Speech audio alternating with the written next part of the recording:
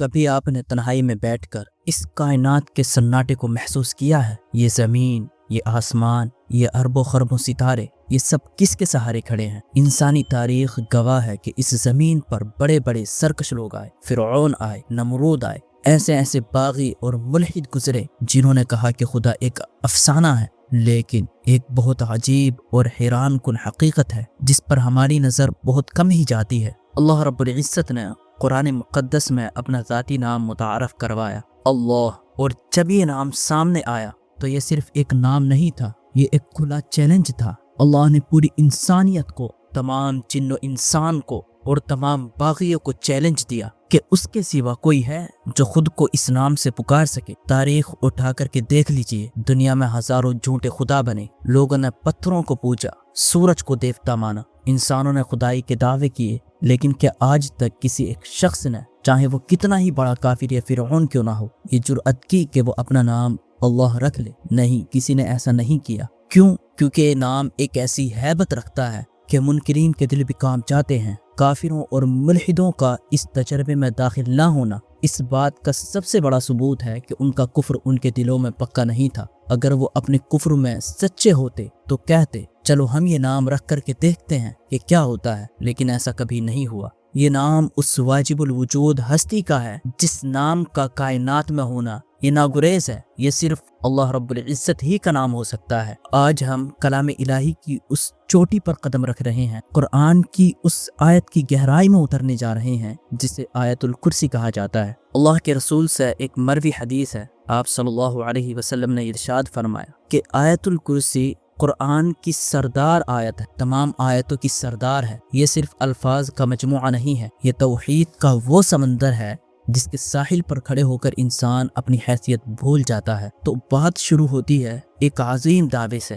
اللہ رب العزت ارشاد فرماتا ہے، اللہ لا الہ الا ہو، اللہ، اس کے سوا کوئی معبود نہیں، لا الہ الا ہو۔ ذرا غور کیجئے اس جملے کی بناوٹ پر۔ یہ جملہ بتاتا ہے کہ توحید دراصل اقرار اور انکار کے ٹکراؤ کا نام ہے۔ یہ جملہ بجلی کے اصولوں کی جیسا ہے۔ جب آپ کہتے ہیں لا الہ یعنی کوئی معبود نہیں، تو یہ نفی، آپ کا یہ انکار کرنا، یہ ایک نیگیٹو پول ہے۔ آپ نے اپنے دل کو ہر جھوٹے خدا، ہر بت، ہر خوف، ہر امید سے خالی کر لیا۔ اور جب آپ کہتے ہیں اللہ یعنی سوائے اس اللہ کے، تو آپ کا یہ ماننا کہ صرف اللہ ہی معبود ہے، یہ ایک اس بات ہے، یہ ایک پوزیٹو پول ہے۔ اور جب نیگیٹو پول اور پوزیٹو پول ملتے ہیں تو بجلی پیدا ہوتی ہے جو گھروں کو جگمگا دیتی ہے، جو شہروں کو جگمگا دیتی ہے۔ اسی طرح جب یہ لا اور الا آپس میں ملتے ہیں، جب آپ کا یہ انکار کرنا اور اللہ رب العزت کو معبود مان لینا، جب ان دونوں کا ملاپ ہوتا ہے تو انسان کے دل میں ایمان کی بجلی گونجتی ہے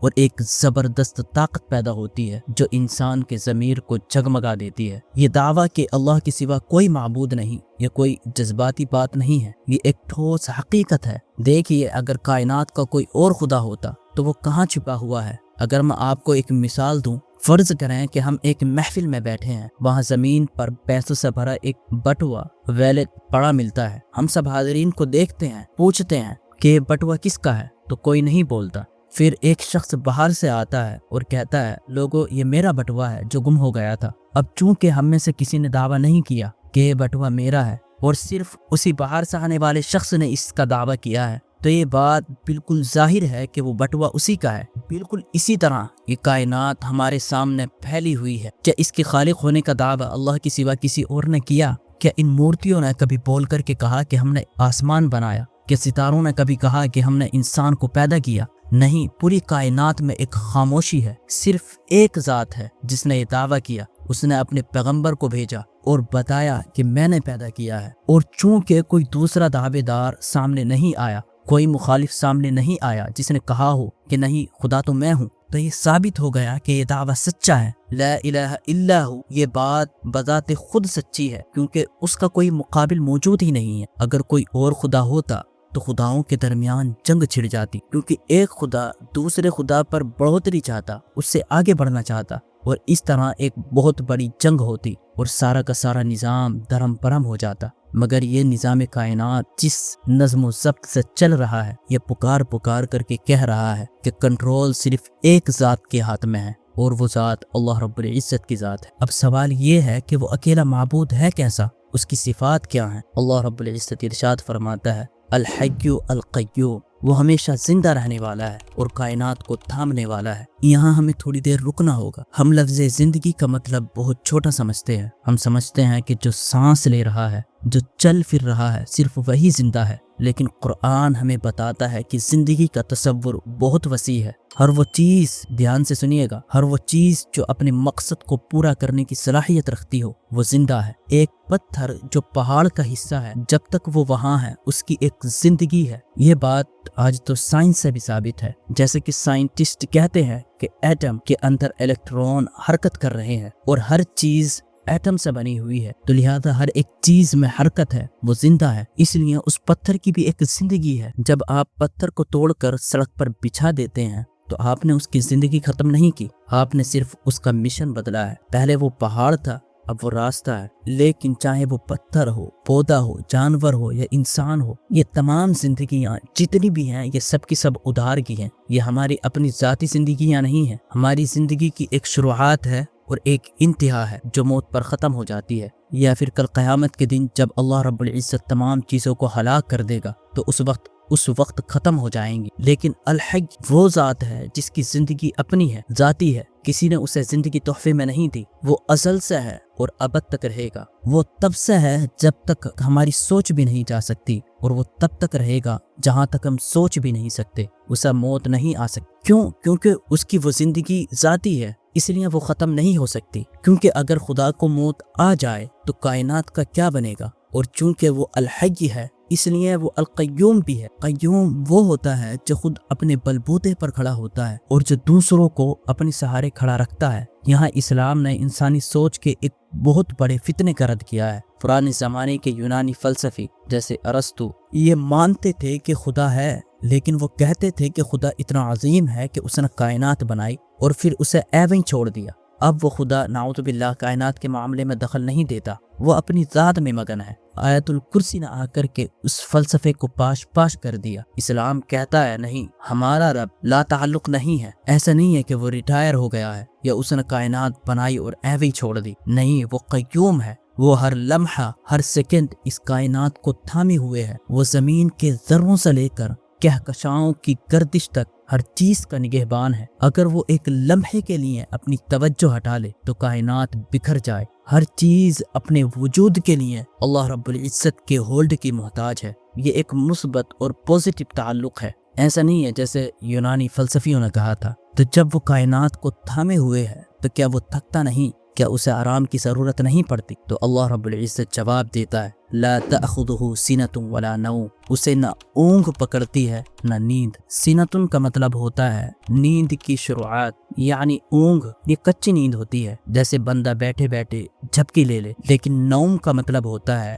گہری اور پکی نیند۔ جب اللہ نے کہا کہ اسے اونگ نہیں آتی تو کسی کے ذہن میں یہ خیال آ سکتا تھا کہ شاید اسے ہلکی نیند تو نہیں آتی، مگر ہو سکتا ہے کہ گہری نیند آ جاتی ہو۔ اس لیے اللہ نے صاف صاف فرما دیا اسے نہ تو اونگ پکڑتی ہے نہ ہی نیند۔ اللہ کا یہ کہنا کہ اسے نیند اور اونگ نہیں آتی اس بات کا ثبوت ہے کہ اس کی زندگی مکمل ہے، وہ کائنات کا نظام ہر وقت اور ہمیشہ چلا رہا ہے۔ یہ اس بات کی بھی دلیل ہے کہ اس کا علم پورا ہے، کیونکہ نیند اور اونگ ایک طرح سے موت جیسی ہوتی ہے۔ جب کوئی سو رہا ہوتا ہے تو اس کی زندگی کمزور پڑ جاتی ہے، اور سونے والا نہ تو کوئی انتظام سنبھال سکتا ہے اور نہ ہی اسے یہ خبر ہوتی ہے کہ اس کے سونے کے دوران اس کے آس پاس کیا کچھ ہو گیا ہے۔ اس آیت میں میرے اور آپ کے لیے کتنی بڑی تسلی ہے، ذرا سوچئے۔ یہ خدا کی وہ شان ہے جو انسان کو سکون دیتی ہے۔ اس کا مطلب ہے کہ جب آپ رات کو اپنے بستر پر بے خبر سو رہے ہوتے ہو، جب آپ کی آنکھیں بند ہوتی ہیں،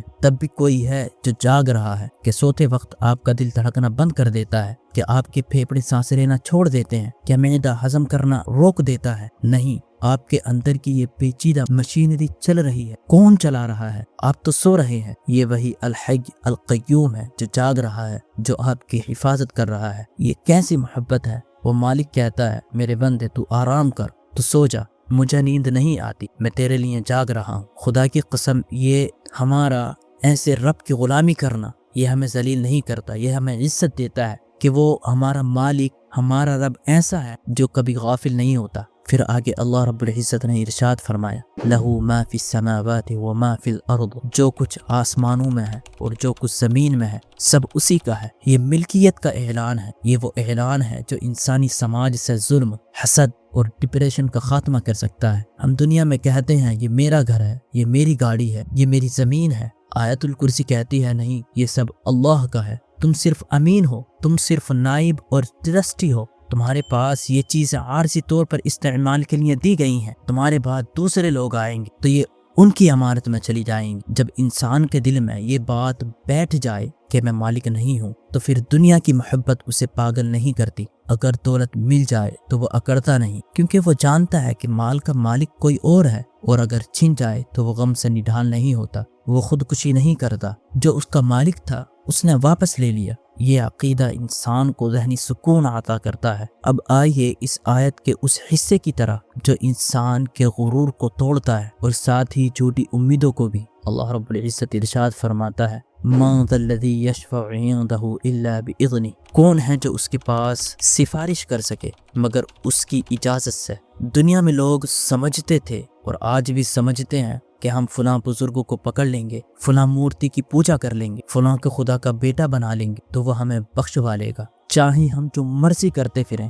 آیت الکرسی نے یہ دروازہ بند کر دی۔ اللہ رب العزت نے صاف صاف کہہ دیا کوئی حق سے سفارش نہیں کر سکتا، میری بارگاہ میں کوئی زبردستی نہیں کر سکتا۔ سفارش وہی کرے گا جسے اللہ اجازت دے گا، اور صرف اسی کے لیے کرے گا جس سے اللہ راضی ہوگا۔ یہاں بندگی اور خدائی کا فرق واضح کر دیا گیا۔ خدا خدا ہے اور بندہ بندہ ہے، ان دونوں کے بیچ میں کوئی رشتہ داری نہیں، کوئی پارٹنرشپ نہیں کہ کوئی اٹھ کر کے کہے کہ میرا حصہ دو اور سفارش کروانا میرا حق ہے۔ نہیں، سب عاجز غلام ہیں، سب قطار میں کھڑے ہیں، مگر وہی سفارش کریں گے جن کو اللہ اجازت دے گا اور جن سے اللہ رب العزت راضی ہوگا۔ اور اس کے بعد اللہ کے علم کی وسعت دیکھیے۔ اللہ رب العزت ارشاد فرماتا ہے یعلم ما بین ایدیہم وما خلفہم، وہ جانتا ہے جو ان کے سامنے ہے اور جو ان کے پیچھے ہے۔ یعنی اللہ رب العزت ہمارے حال سے بھی واقف ہے، ہمارے مستقبل سے بھی واقف ہے، اور ہمارے ماضی سے بھی، ظاہر سے بھی، اور ہمارے چھپے ہوئے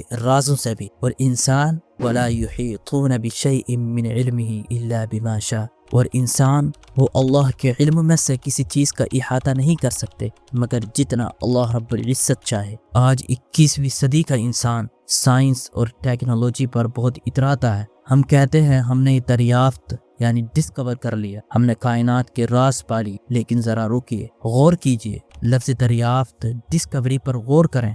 دریافت کا مطلب ہے پردہ ہٹانا، یعنی وہ چیز، وہ قانون، وہ انرجی، وہ سائنٹیفک فیکٹ وہاں پہلے سے موجود تھا، آپ نے صرف اس سے پردہ اٹھایا ہے، آپ نے اسے کریٹ نہیں کیا، اسے پیدا نہیں کیا۔ نیوٹن سے پہلے بھی سیب زمین پر ہی گرتا تھا۔ کشش ثقل یعنی گریوٹی اس وقت بھی موجود تھی۔ انسان کوئی چیز تخلیق نہیں کرتا، وہ صرف اللہ کے چھپے ہوئے خزانوں میں سے کسی راز کو جان لیتا ہے، اور وہ بھی کب؟ جب اللہ اجازت دیتا ہے۔ الا بما شاء، مگر جتنا اللہ رب العزت چاہے۔ کبھی کبھی بڑے بڑے سائنسداں لیبورٹریوں میں سالوں کھپا دیتے ہیں، کچھ ہاتھ نہیں آتا، اور کبھی اچانک ایک اتفاق، ایک ایکسیڈنٹ ہوتا ہے اور کوئی بڑی دوا دریافت ہو جاتی ہے۔ یہ اتفاق نہیں ہوتا، یہ وہ لمحہ ہوتا ہے جب اللہ رب العزت اجازت دے دیتا ہے کہ اب انسان اس راز کو جان لے۔ تو پھر تکبر کیسا؟ ہمارا علم تو سمندر میں ایک قطرے کے برابر بھی نہیں۔ جو کچھ ہم جانتے ہیں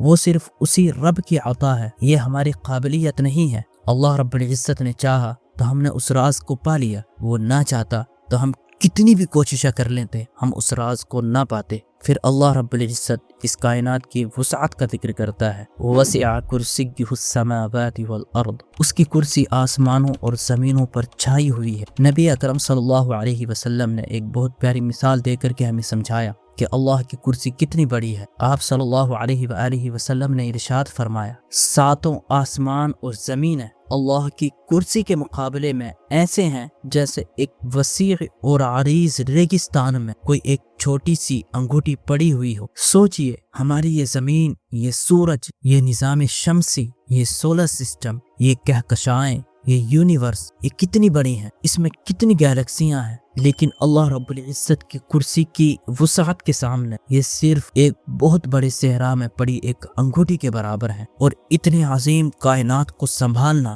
کہ اللہ رب العزت کے لیے مشکل ہے۔ اللہ رب العزت ارشاد فرماتا ہے وَلَا يَؤُودُهُ حِفْظُهُمَا، اور اسے ان کی حفاظت ذرہ برابر بھی نہیں تھکاتی، اس پر بوجھ نہیں بنتی۔ اتنی بڑی کائنات کو سنبھالنا اللہ رب العزت پر ذرہ برابر بھی بوجھ نہیں، کیونکہ وہ العلی العظیم ہے، وہ سب سے بلند ہے، سب سے عظمت والا ہے۔ تو یہ تھا آیت الکرسی کا مفہوم۔ آخر میں آپ کو اس عظیم آیت کا ایک ایسا تحفہ دینا چاہتا ہوں جو آپ کی حفاظت کا ضامن ہے۔ حدیث میں ایک بہت مشہور واقعہ ہے، حضرت ابو ہریرہ رضی اللہ تعالی عنہ کو نبی اکرم صلی اللہ علیہ وآلہ وسلم نے صدقہ فطر کے اناج کی حفاظت پر معمور کی۔ آپ نے ڈیوٹی لگائی۔ رات کو ایک چور آیا اور اناج چوری کرنے لگا۔ حضرت ابو ہریرہ رضی اللہ تعالی عنہ نے اسے پکڑ لیا۔ وہ رونے لگا، اپنی غربت کا واسطہ دینے لگا، بچوں کی بھوک کا بتانے لگا۔ حضرت ابو ہریرہ کو اس پر رحم آیا، انہوں نے اسے چھوڑ دیا۔ صبح ہوئی تو نبی اکرم صلی اللہ علیہ وسلم نے مسکرا کر کے پوچھا